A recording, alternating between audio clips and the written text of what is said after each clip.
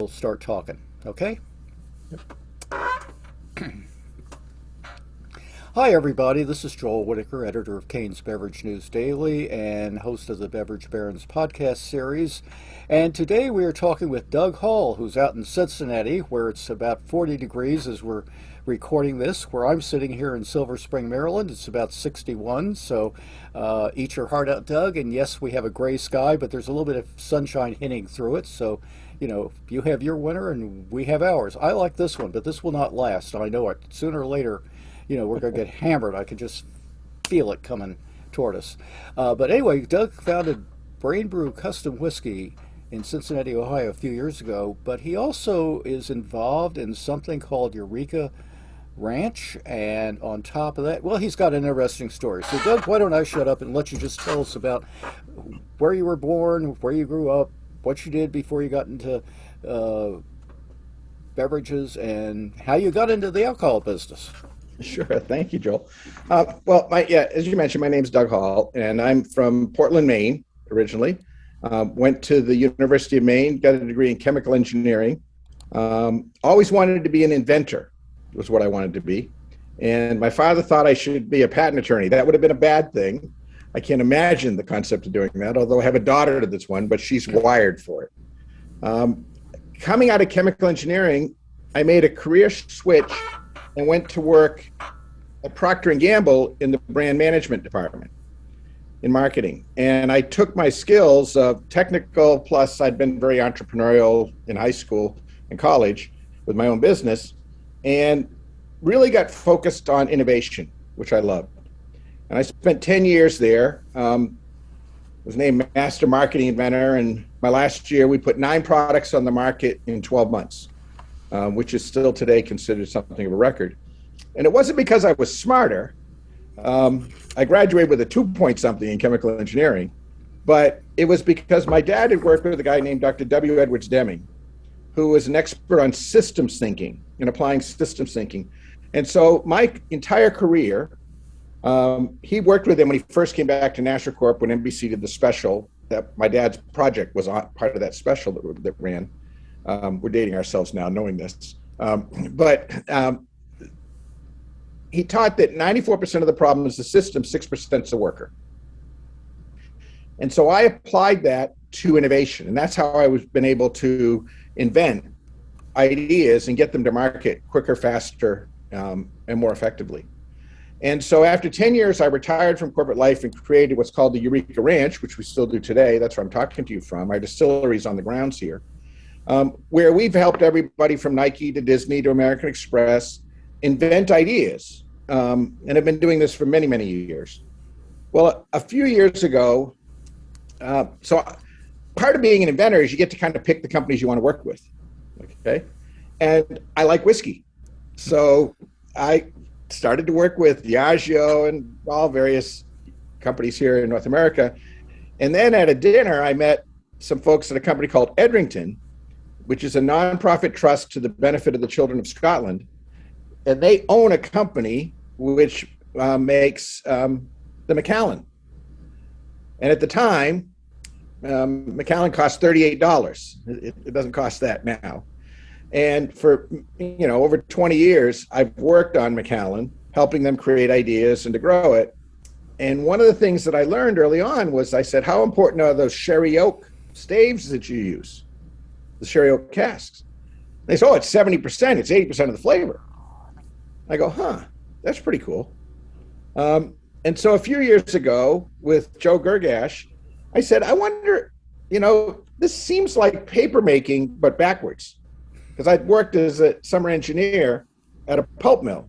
And when you make paper, you use heating to remove the lignins between the fibers, so to make paper with the cellulose.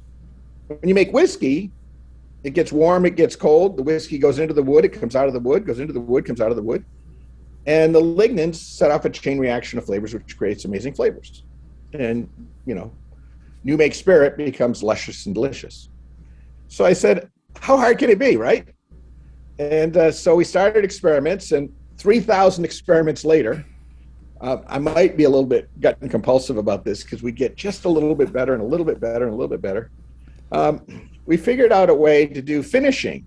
And it's not anything fancy. It's just whiskey, wood, heating, cooling. I mean, not dissimilar to Angel's Envy, Maker's Mark, Maker's 46, Whistle Pig, and others, just with tighter quality control because we drive out the variation in the process. And so as a result, I went back to Edrington and I said, "You want to make a bourbon?" And they said, "Well, what do you got?"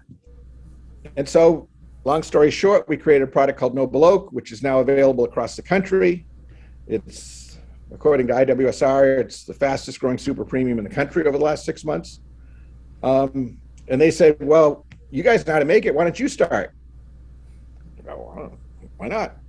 So built a distillery, built a huge pile of capacity, and now we have tractor trailer trucks, and it's become the Brain Brew Distillery has become basically a way to test the things that we teach and that we do at the Eureka Ranch.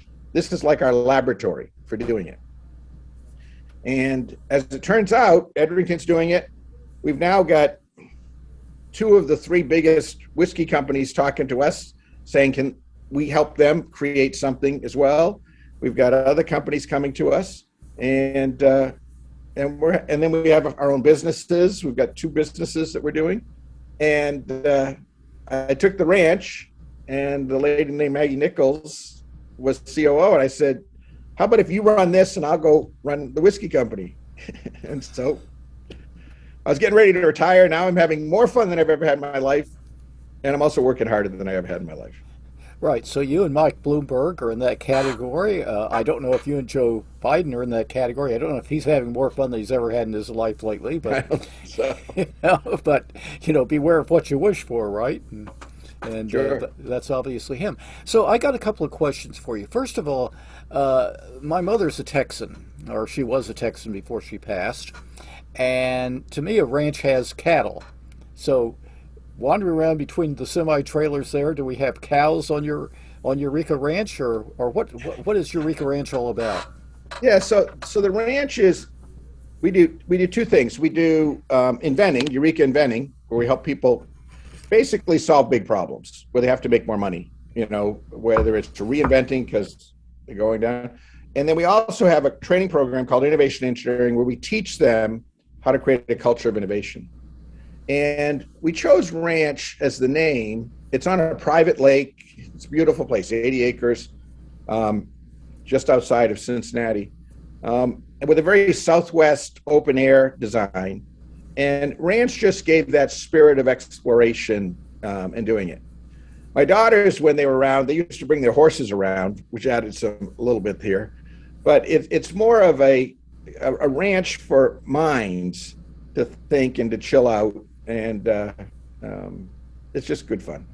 Got it. Well, it sounds like a whimsical name, as does Brain Brew Custom Whiskey. So how'd you come up with the name Brain Brew? I mean, Well, it's a name we've had for our coffee for a while, but I named it that because one of the things and this is contrary to the way much of this industry works, is I believe in, as Deming taught, and what we teach people, because we have courses on campus that we teach and all that, is never-ending continuous improvement.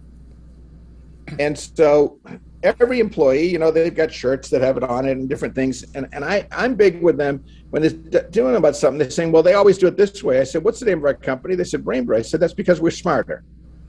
How do we reinvent that? How do we do that differently? The fact that everybody does it that way, that doesn't mean that we're going to do it that way. And in fact, early on, so far, I've not hired anybody from the industry. I'm the only old fart from the industry.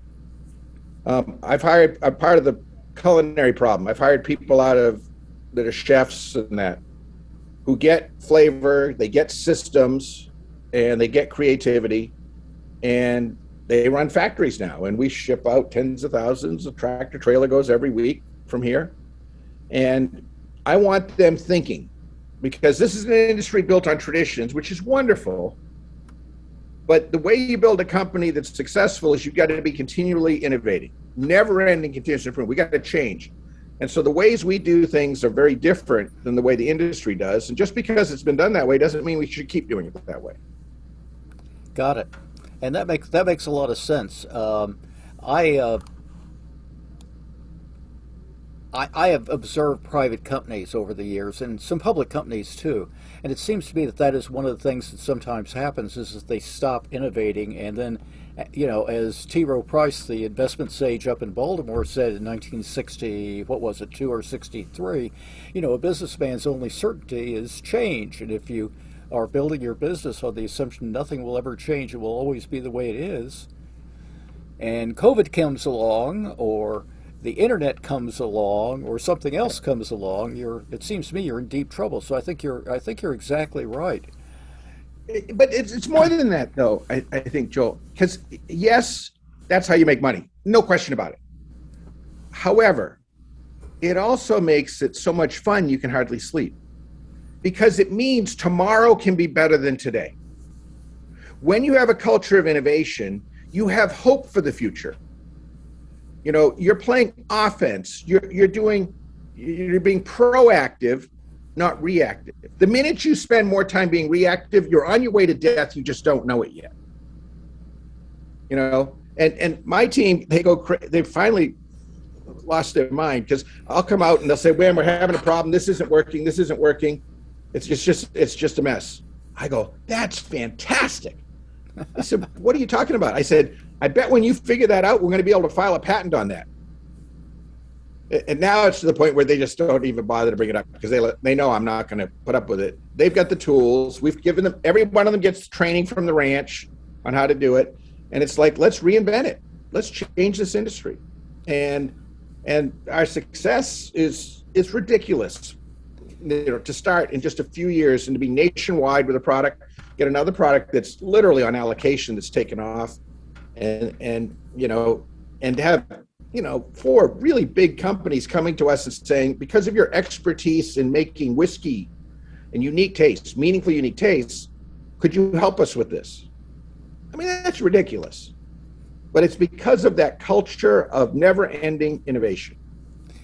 So it sounds to me like if you don't have it, you should have a picture of Thomas Edison hanging on your office wall off there to the left, next to your bookcase, because of course he was the great inventor of the 1890s, I guess, roughly, and electric light bulb and a whole bunch of other stuff.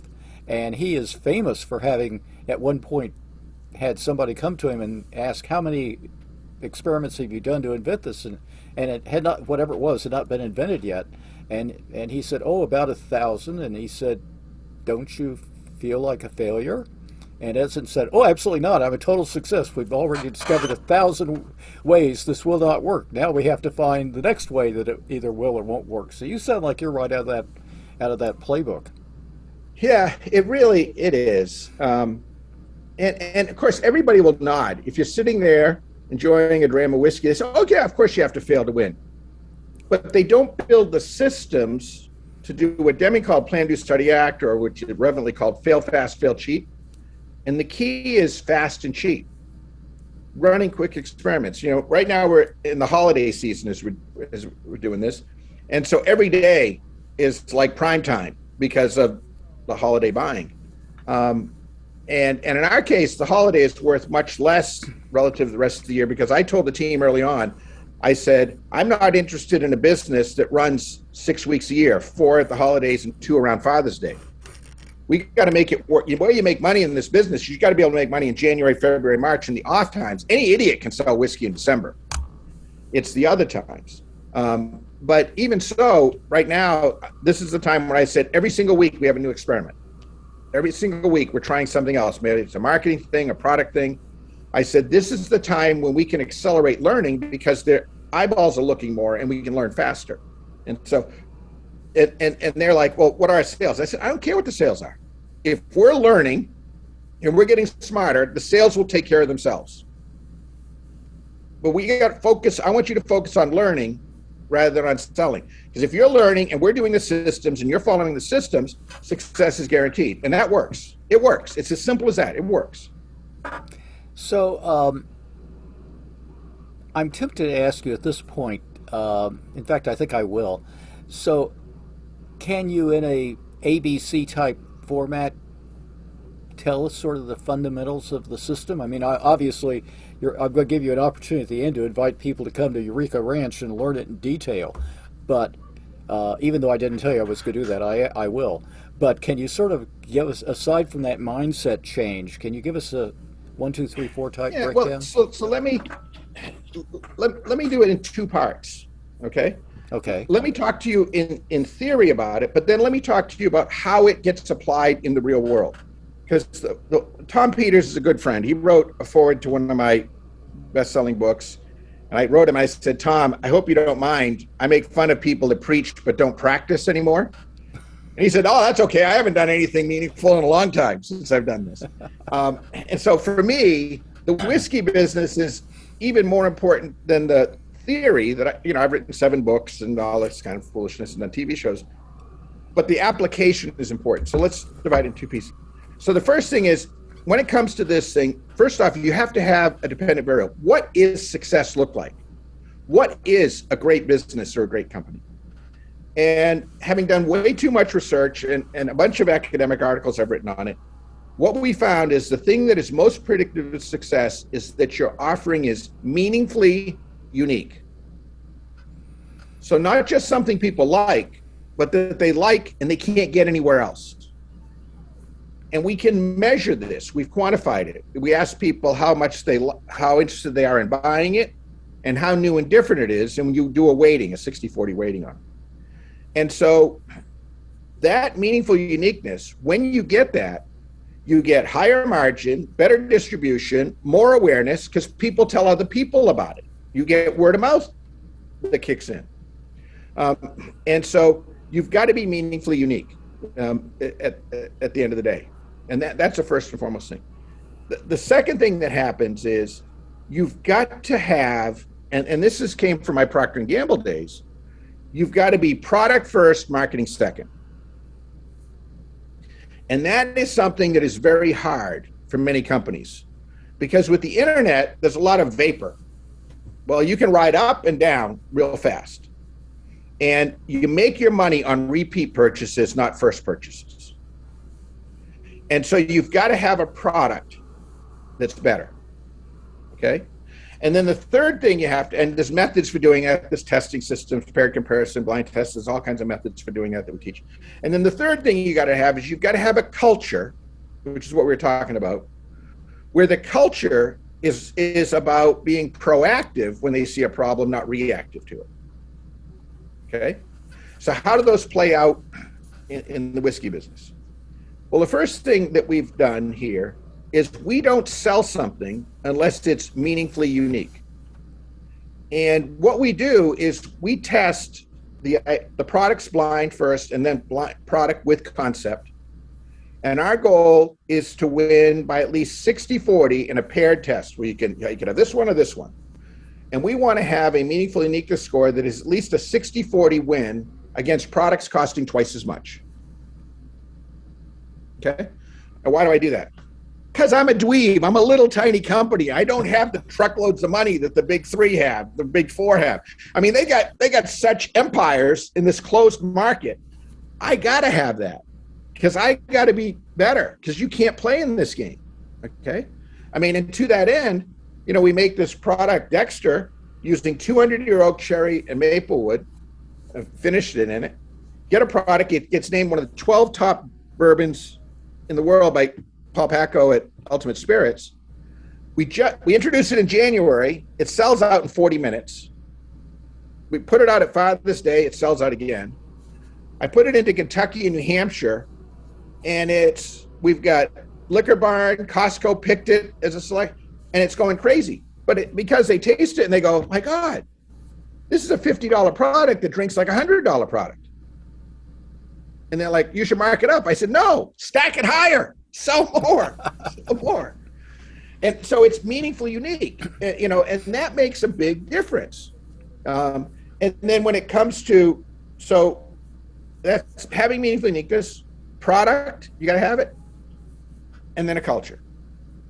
And so that focus on making products, Noble Oak's the same way, our Dexter brand's the same way.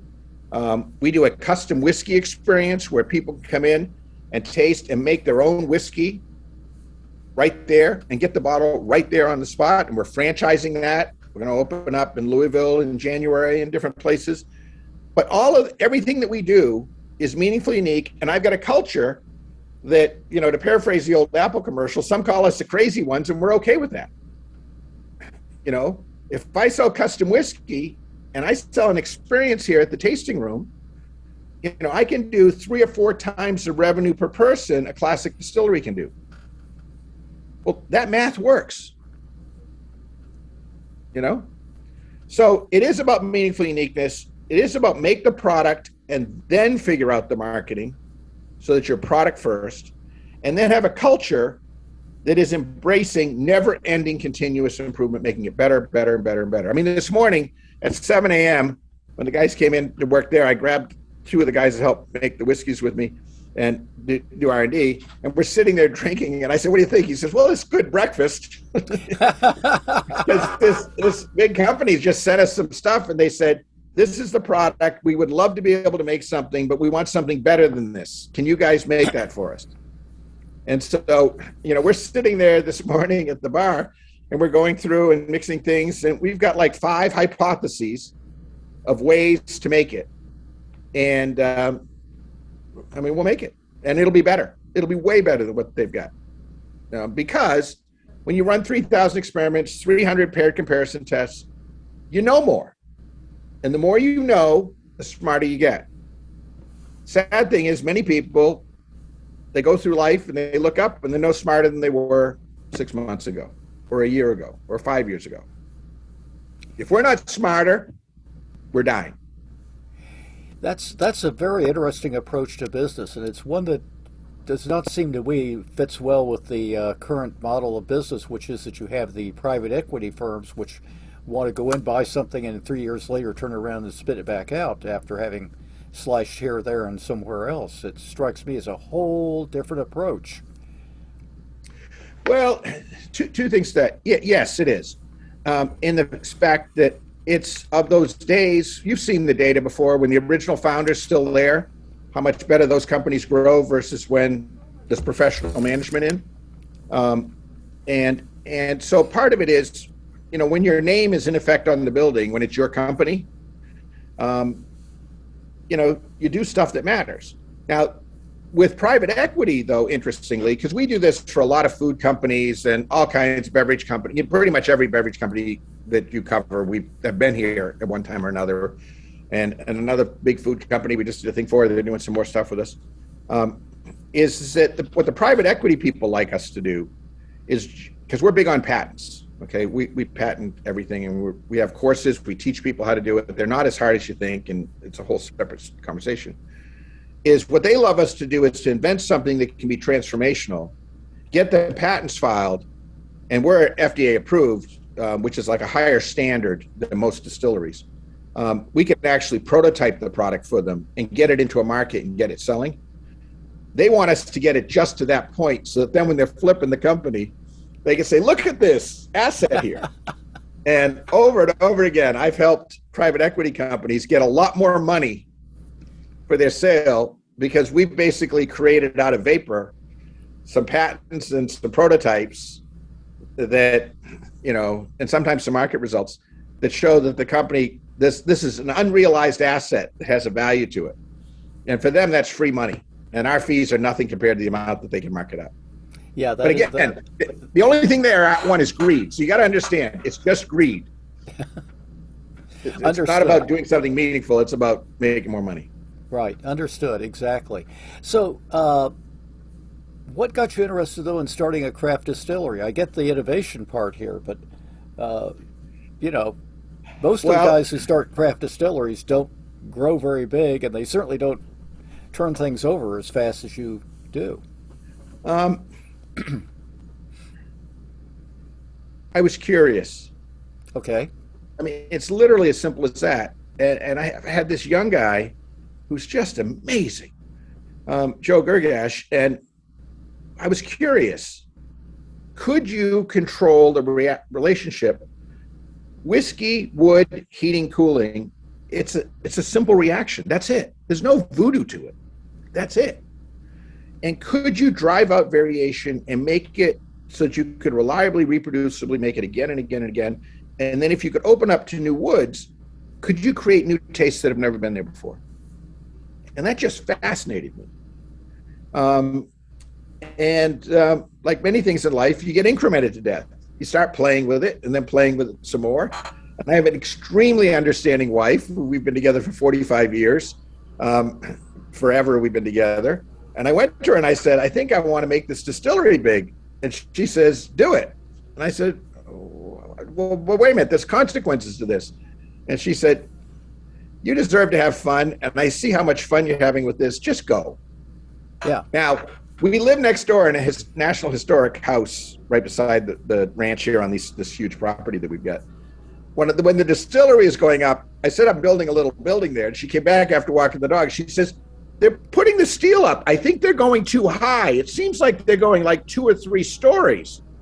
I go, oh, well, I guess, it's small compared to, and she shook her head.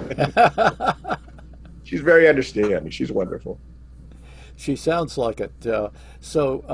And you focus on wood because that's the key component, do you think? It's let's be clear.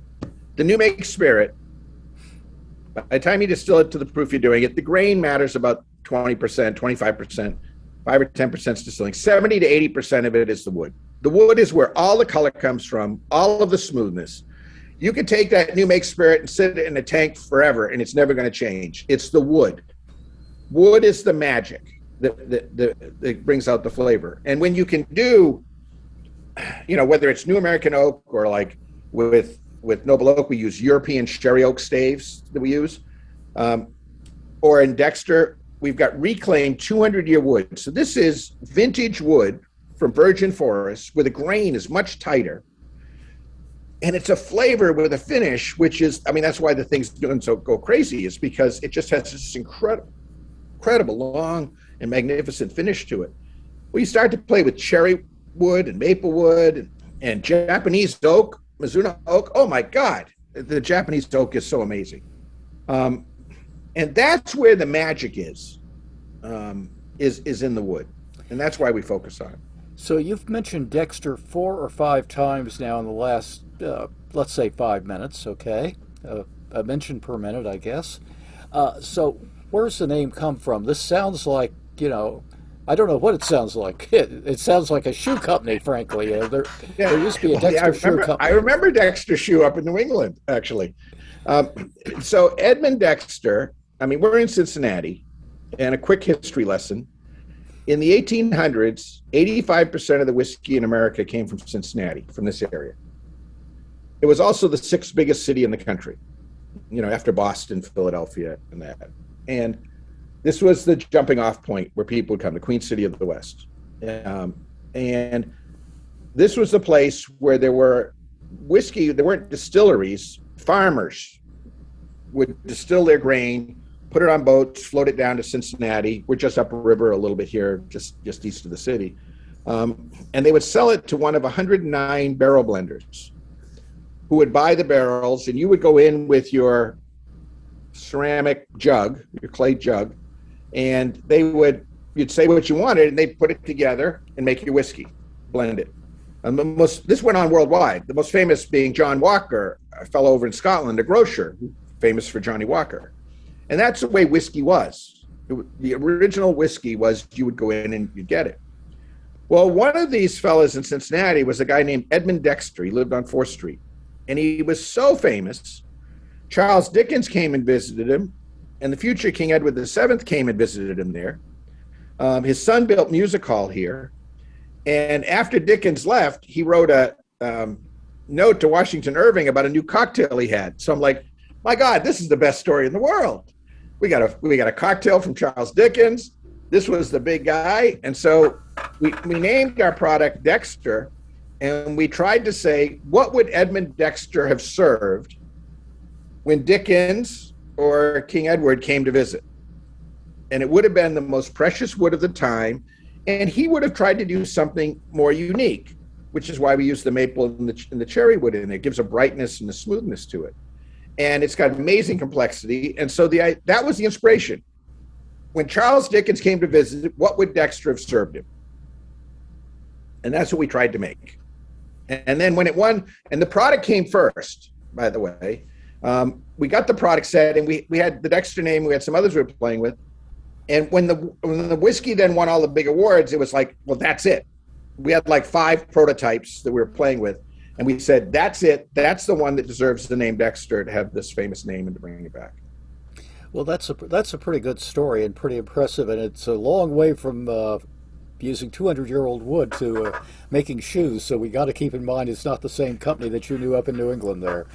That's right. So, well, that's fabulous stuff.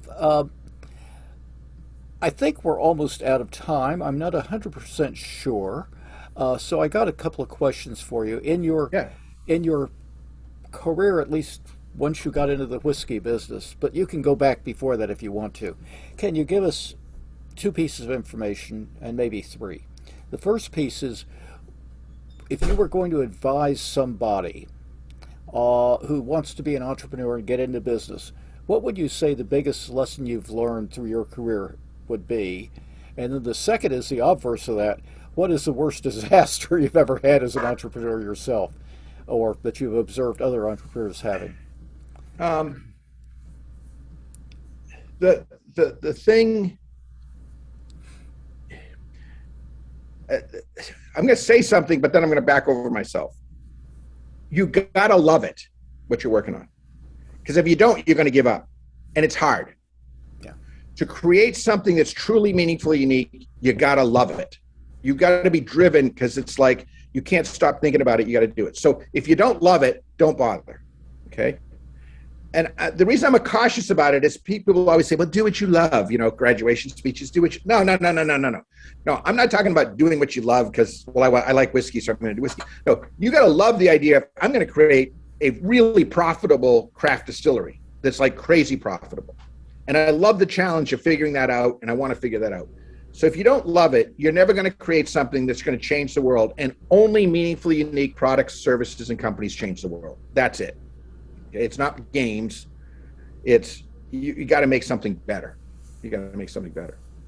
And the biggest mistake I see entrepreneurs making regularly, and they hate it when I say this, because sometimes entrepreneurs, young entrepreneurs, the ones that have been around a long time, like I have, you don't survive if this is your way, which is you got to do the math. You have to do the math. And in this industry, with the 3-tier system, manufacturer, distributor, retailer, and every state's math is different. That's 50 different states. And then the excise tax and bottles and packaging, over and over again, whether it's in the whiskey business or whether I'm helping other small businesses, because we do a lot of volunteer work with small businesses, the math is the thing they're missing. They say, oh, I'm doing all this work, but I'm not making any money. I said, you got to understand the math. They said, well, I've got an accountant. I said, no. You can't make decisions if you don't know the math. And let me give you an example of this. We were at a trade show in August, Joe and I, and we were showing our woodcraft bourbon blending franchise that allows somebody to open up a distillery for a fraction of the normal cost. And one of the vendors had a piece of equipment for a bottling line that he didn't want to drive home. And he said, I'll give you a good price on it. Because Joe, who I've driven into him to do the math, and he's good at the math, and I knew the math, he and I sat, and in 20 minutes, we went through the math on what money that machine would save us if we owned it. And we did it like 3 different ways. And we went over to the guy and said, sold. And we got the machine for a fraction of the cost, and it saved us money almost immediately. If we didn't really know the math, if we had to have some department do a study on it, we never would have gotten the deal. And so you've got to know the math. You got to know when to then hold them and fold them. When the distributor says, I'll do this for this price, you say, I'm out. Can't do it. And too many entrepreneurs don't focus enough on the math. That's a very interesting observation. I think it's probably very true, too. I've never heard somebody say that, but it strikes me as one of those essential truths that, I suspect some business school professors would love to hear you say that, and some book writers would hate to hear you say that. Well, a way to think about it is you got to be a shopkeeper. Yeah. You know, the shopkeeper of old, whether it's Sam Walton or whatever, they'd have a feel for the math. Mm-hmm. They could tell when something can work or something can't work. Yeah. And when I've known a number of people that were founders of companies that were still there, and every one of them knew the math. They could do the math in their head as to what it's going to be. Yeah. I've seen that too in the newspaper business. I've known a couple of guys who did really well, and you're absolutely right. They just had an intuitive sense. They could hear a pitch made about something, and they would say, "No, I don't think so," or "Yeah, let's check that out further, and let's do it right away." One of my favorites was a guy named Nelson Poynter, who owned a publication called the St. Petersburg Times, and he did. One of his claims to fame was that he was the first guy to do color, spot news color, spot meaning today's news, on the front page of every section, including a color weather map. You may have to recall that USA Today became the second one to do that 25 years later, right? And I asked him, because I wrote my master's thesis on how they won their Pulitzer Prize, I said to him, "What made you get into the color printing business?" Because nobody in 1960, when they did this, did color. And he said, "Well, I figured I could make a lot more money if I could sell color ads, but I couldn't convince people to buy the color ad unless they saw the color in the paper. And so putting the color picture of last night's University of Florida football game on the front page of the sports section achieved that purpose. They believed we could take their ad and make it nice in color." And awesome. and at the time I interviewed him, the St. Petersburg Times reportedly was the most profitable newspaper in the country as a percent of sales, and had a fabulous return on investment, and had no debt, none. When they, and Joe, part of the issue with the math, because people listening to this, maybe sitting there, well, I can do math. I say, no. Because we have a whole class that we teach just math on campus as part of innovation engineering, which is doing the math on things that haven't happened yet. Anybody can do the math reactively. Looking at spreadsheets, you don't do math. Math is when you look forward. And when you do that, what we teach is you have to do, and we've got tools for doing it, but you have to do probability type math. You have to look at it in a soft, and they used to make fun of fuzzy math, but yes, fuzzy math. And you have to look at probabilities of things, and you have to be able to do that back of the envelope that we used to do. We used to do back of the envelope. You'd have to do the math. When I do a budget meeting at Procter Gamble with the CEO, you'd be asked a question. You weren't allowed to bring up a spreadsheet. There weren't spreadsheets back then. You were expected to know that math in your head. And we've lost that ability to feel the numbers, as you say. And so it's being able to estimate, protecting the downside, building for the upside on things that don't exist yet. And much of the time people are against innovation because all they can see is the cost side of the balance sheet, all of the problems.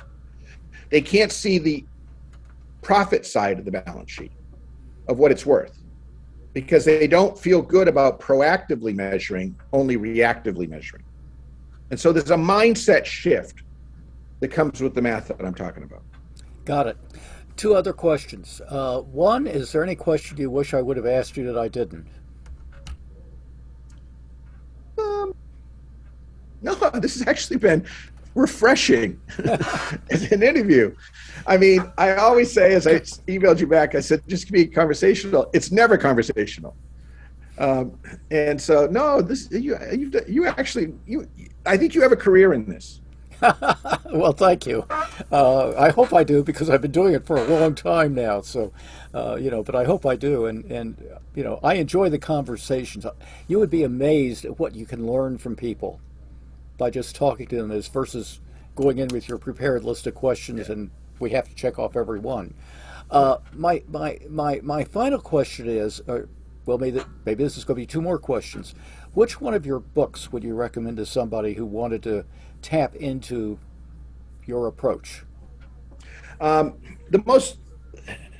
It's like my children, I love them all at different times, right? Depending on where they are. But the most recent one, Driving Eureka, is the most comprehensive one that really talks about it as a system, innovation as a system. And it has a little bit about Brain Brew in the beginning, back in the early days when we started, which is since we've grown a lot since then. But driving Eureka is really the best one. It's got the comprehensive sense in it. Some like Jumpstart Your Brain are good for the creative part. Jumpstart Your Business Brain's more for sort of the business side and marketing. But driving Eureka would be by far the first one that I would recommend. And I presume that's available at the usual suspects, Amazon, Barnes and Noble. Audiobooks, all of you name it, yeah. The usual suspects. And of course, your local bookstore, right? If you have a local bookstore. Please support independent booksellers. We like to support independent booksellers. We like independent booksellers. I use the independent booksellers audiobook instead of the giant, even though it costs me money. I get that. But we like to support independent booksellers. Great. And if somebody wants to get a hold of you to find out about your classes at Eureka Ranch or otherwise consult with you about something, how would they do that? EurekaRanch.com or BrainBrewWhiskey.com. And you'll see at the top, you can go back and forth, toggle between them, but EurekaRanch.com, or even if you can't remember that, DougHall.com, it'll get you to all. They all are connected to each other. So one is as good as the other. That's right. Excellent. Doug, thank you very much for your time. It's been a great interview. I've thoroughly enjoyed it. We will get it up as quickly as we possibly can. If you'll stand by for a minute, I'm going to wrap this up, and then we'll chat for a couple more seconds, but only a couple, I promise. So Thank you, everybody, for joining us. I hope you've enjoyed and learned as much from this interview with Doug Hall as I have. This interview far exceeds my original expectations, so I'm really happy to offer to you all today. And we wish you a very happy day, good luck, good prosperity, and best wishes for a happy holiday season. So thank you, everybody, and have a very great day. Bye-bye now.